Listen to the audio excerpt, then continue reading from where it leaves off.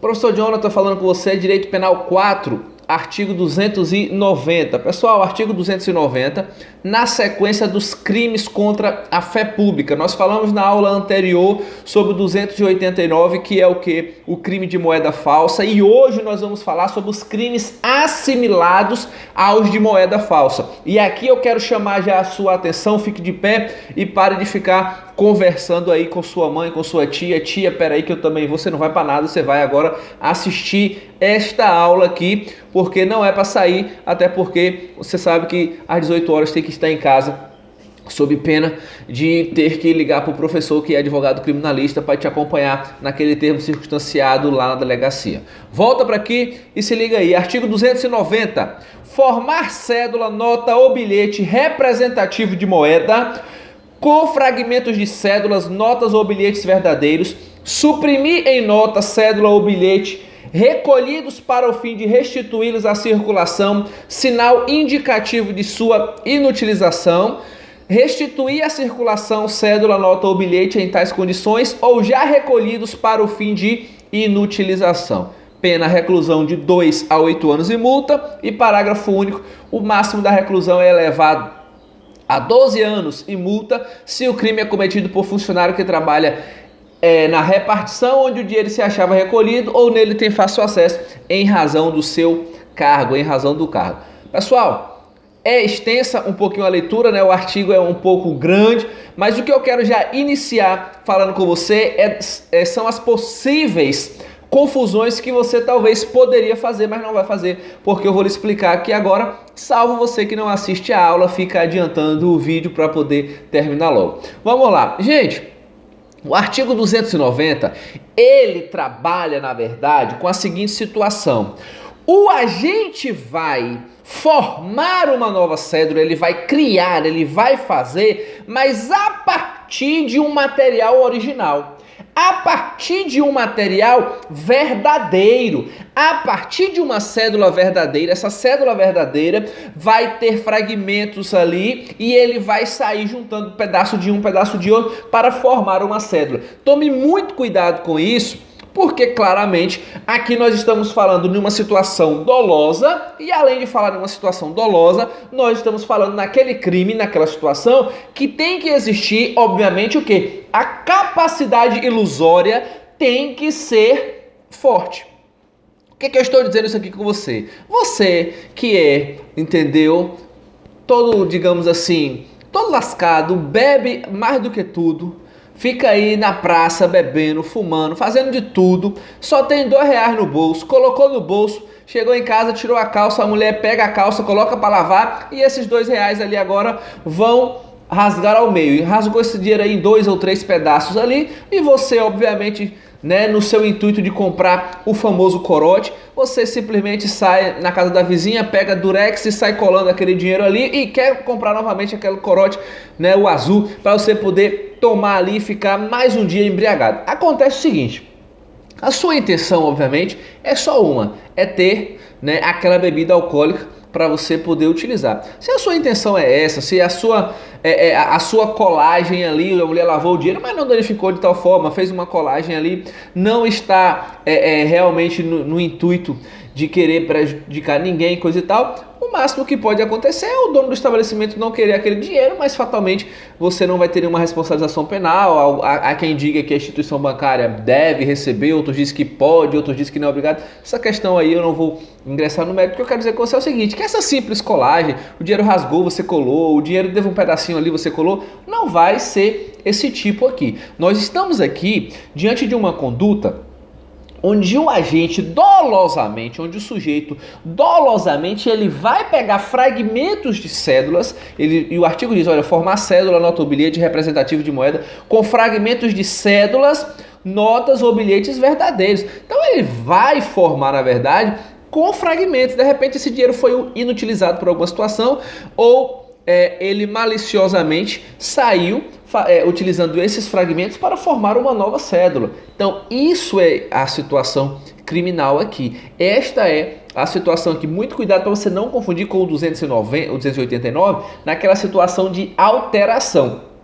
Se o agente altera apenas ali o símbolo representativo do valor, ele continua lá no 289. Aqui ele forma uma nova cédula, tá? E essa nova cédula necessariamente tem que ser formada com fragmento de cédulas ou os bilhetes verdadeiros. No 289, ou a nota é toda falsa, ele vai realizar a nota toda falsa, gente. Então, assim, já de início eu quero que você compreenda o seguinte: quando eu te falar de figura equiparada, eu não estou te falando do artigo 290. Então, se eu colocar na sua prova, formar cédula, nota ou bilhete representativo de moeda é figura equiparada, o crime não é figura equiparada, é assimilado, é outra situação, mas não é equiparado. Equiparado, o agente responde pela mesma pena, e aqui não está acontecendo isso aqui.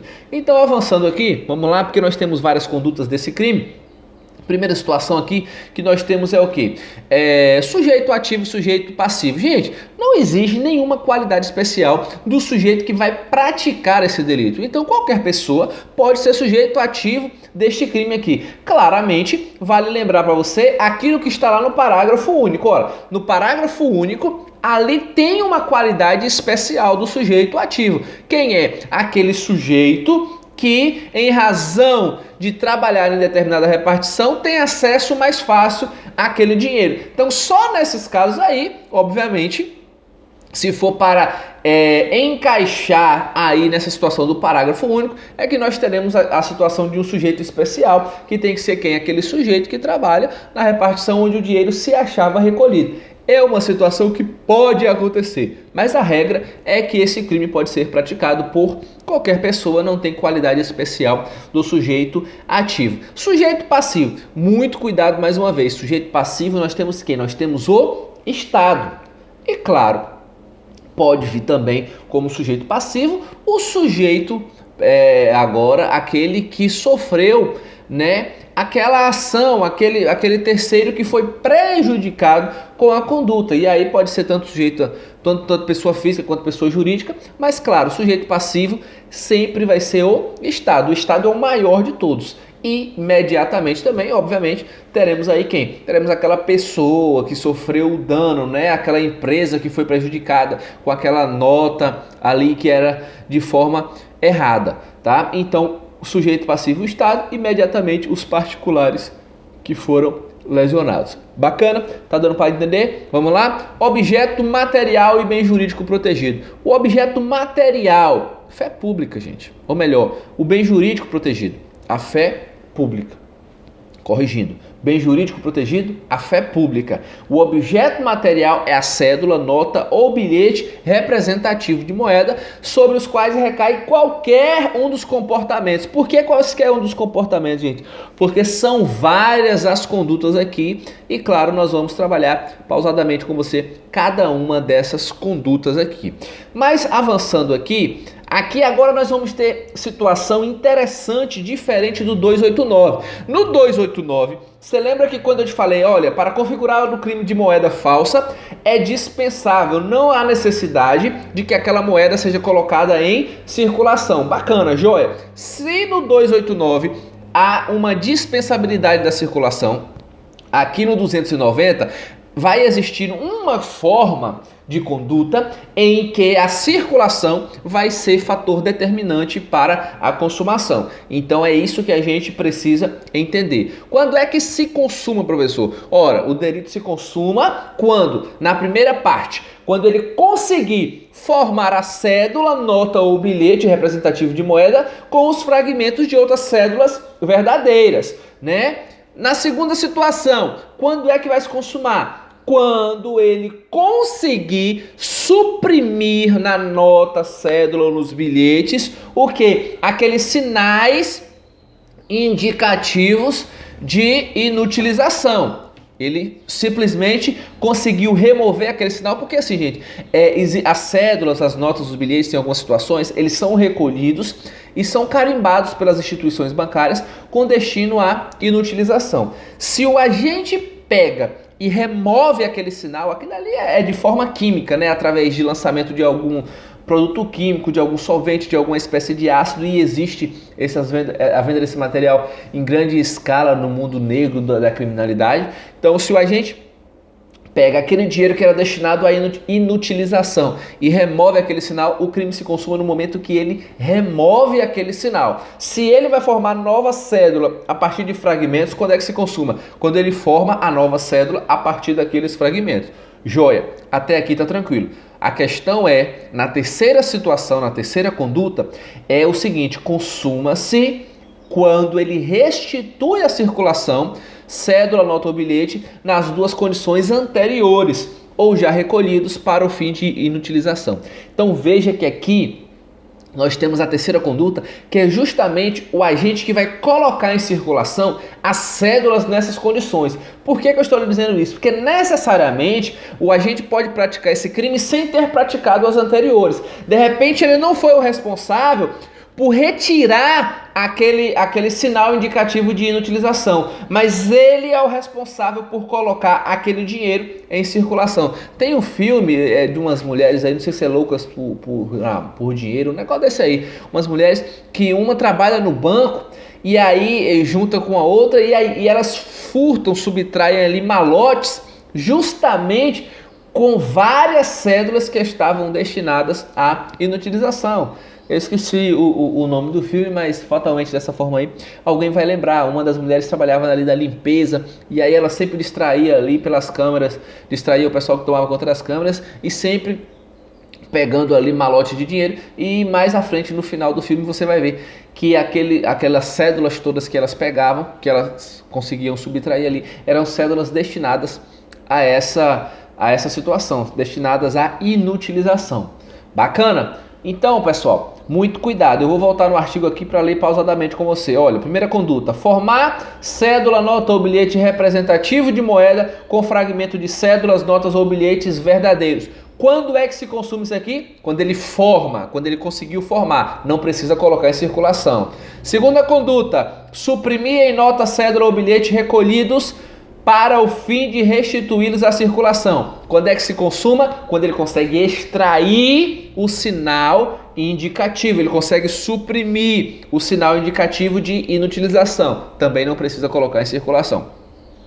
Quando é que se consuma a terceira conduta? A terceira conduta, que é restituir à circulação cédula, nota ou bilhete em tais condições ou já recolhidos, é nessa terceira conduta que efetivamente precisa ter a circulação para se consumar o delito em espécie. Joia? Volta para aqui, vamos lá e anota aí claramente que é possível também o que? O reconhecimento da tentativa, até porque é um crime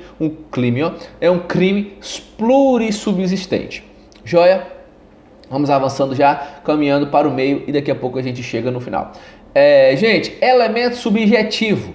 Qual é o elemento subjetivo? Eu falei com você desde a aula anterior que os crimes de falso, os crimes de falsificação aqui contra a fé pública não se admite modalidade culposa. Então você já sabe que esse crime só se admite na modalidade dolosa. Elemento subjetivo, claro, exigido pelo tipo. Agora, muita atenção, que é preciso que o agente tenha conhecimento desses elementos que integram o tipo. Por isso que eu te falei lá atrás. Ora, caso contrário, ele pode ter o quê? Em uma situação de erro de tipo. Ora, imagine agora uma situação que ele restituiu a circulação cédula na qual havia sido suprimido o sinal indicativo de sua inutilização, mas ele não tem conhecimento daquele fato. Tá? Ele recebeu aquela cédula de alguém. Ele recebeu de boa fé aquela cédula de alguém e sequer, de repente tem até uma mancha, alguma coisa ali, mas ele não sabe o que é aquilo ali. Tá, e ele recebeu de uma pessoa de confiança, uma pessoa que ele sempre está fazendo um negócio, coisa e tal, e repassou aquilo ali. Gente, isso aí, obviamente, ele vai ter essa situação, e até porque aqui não tem uma previsão da forma privilegiada como tem lá na moeda falsa, né? Na moeda falsa tem a forma privilegiada, que é aquele agente que toma conhecimento da falsidade e assim repassa. Aqui eu estou te dizendo que o agente ele está sendo enganado. Tá? Ele está sendo induzido a erro. Ele recebeu e está passando adiante, mas ele não sabe que aquele dinheiro estava retirado de circulação. Por que ele não sabe? Porque a cédula é verdadeira. Tá? Aqui o dinheiro não é falso, o dinheiro é verdadeiro. O que está provocando o problema aqui é porque existia naquela nota um sinal indicativo de inutilização e que foi removido. Bacana? Isso pode ser praticado tanto de forma comissiva quanto de forma omissiva. Professor, quando é que isso vai ser omissivo? Ora, isso vai ser omissivo, lembre sempre daquela situação do artigo 13, quando o agente tiver o dever geral, o dever legal de cautela e assim não impedir, deixar de agir para impedir que o agente promova essa conduta, ele está praticando na forma omissiva. Mas a grande maioria, claro, nós temos na forma comissiva. Modalidade qualificada. Para a gente encerrar. Pessoal, a qualificação aqui, a qualificadora, está relacionada à situação funcional. Já vi em diversas provas, tá? Já presenciei diversas provas que colocam assim maliciosamente uma pegadinha que diz o seguinte: parágrafo único fala o seguinte: o máximo da reclusão é elevado a 12 anos se o crime é cometido por funcionário público que trabalha na repartição onde o dinheiro se achava recolhido, ou nela tem fácil ingresso em razão do cargo. Pelo amor de Deus. Você precisa aqui ler o artigo 327 para ver o conceito de funcionário público. E ao analisar o conceito de funcionário público, eu quero que você compreenda, pelo amor de Deus, que o que acontece? A lei está te dizendo que é funcionário público que trabalha na repartição onde o dinheiro se achava. Pelo amor de Deus, já vi em diversas provas, já vi em várias pegadinhas de prova, o pessoal colocar isso relacionado ao banco. Apenas será qualificada se o agente for funcionário bancário. Meus queridos, necessariamente esse dinheiro pode estar em outros lugares que não o banco.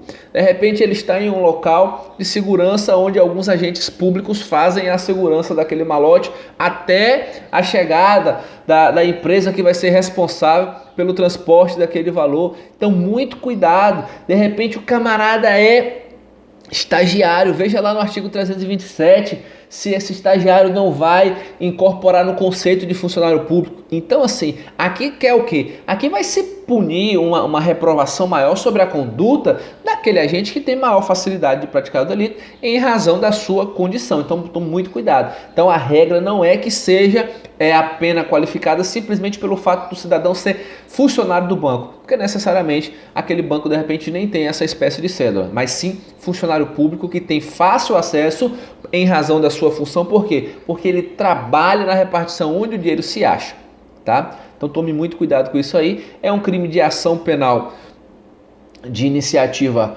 pública incondicionada, também perseguido na Justiça Federal, gente. Tanto esse quanto o artigo 289 são crimes da Justiça Federal. Lembrando sempre daquela súmula que eu falei com você: se a falsificação for grosseira, não tiver capacidade ilusória e figurar o crime de estelionato, vai para a Justiça Estadual. Mas a regra é que esses crimes aqui, o 289 e o 290, são crimes da Justiça Federal, de competência da Justiça Federal, requeridos de ação penal pública incondicionada. E claro, a perícia também é indispensável. Lembre que os crimes que deixam vestígio, a perícia ou o exame de corpo de delito, ele é indispensável até para saber, né, se realmente esta situação foi relacionada à prática criminosa ou não. Bacana? Pessoal, do artigo 290 é isso. Tá? Não tá fácil, a unidade está acabando, tá meio complicado, muita gente desanimada, muita gente triste, até porque você ouve muita coisa, é muita gente falando com você que não volta mais ao normal, é muita gente falando. Então assim, procure se centrar naquilo que você tem convicção. Eu acredito que o que tem para você é para você e o que tem para o outro é para o outro. Então o que Deus preparou para você é para você, o que Ele preparou para o outro é para o outro. Você precisa viver debaixo da promessa de Deus, que aí você vai ter fatalmente certeza daquilo que você tem que fazer, né? Às vezes a gente se enche de muita coisa e quando o ser humano se enche de outras coisas, fatalmente ele fica desesperado. Então eu digo para você, a situação é triste, a situação é complicada, mas não precisa desesperar, vai se resolver e claramente você vai realizar seu sonho de formar, você vai fazer seu concurso, você vai advogar, vai ser magistrado, vai alcançar o seu objetivo. Bacana? Então estudem aí, mantenham foco. Até o próximo vídeo, fiquem com Deus, abraços e bons estudos.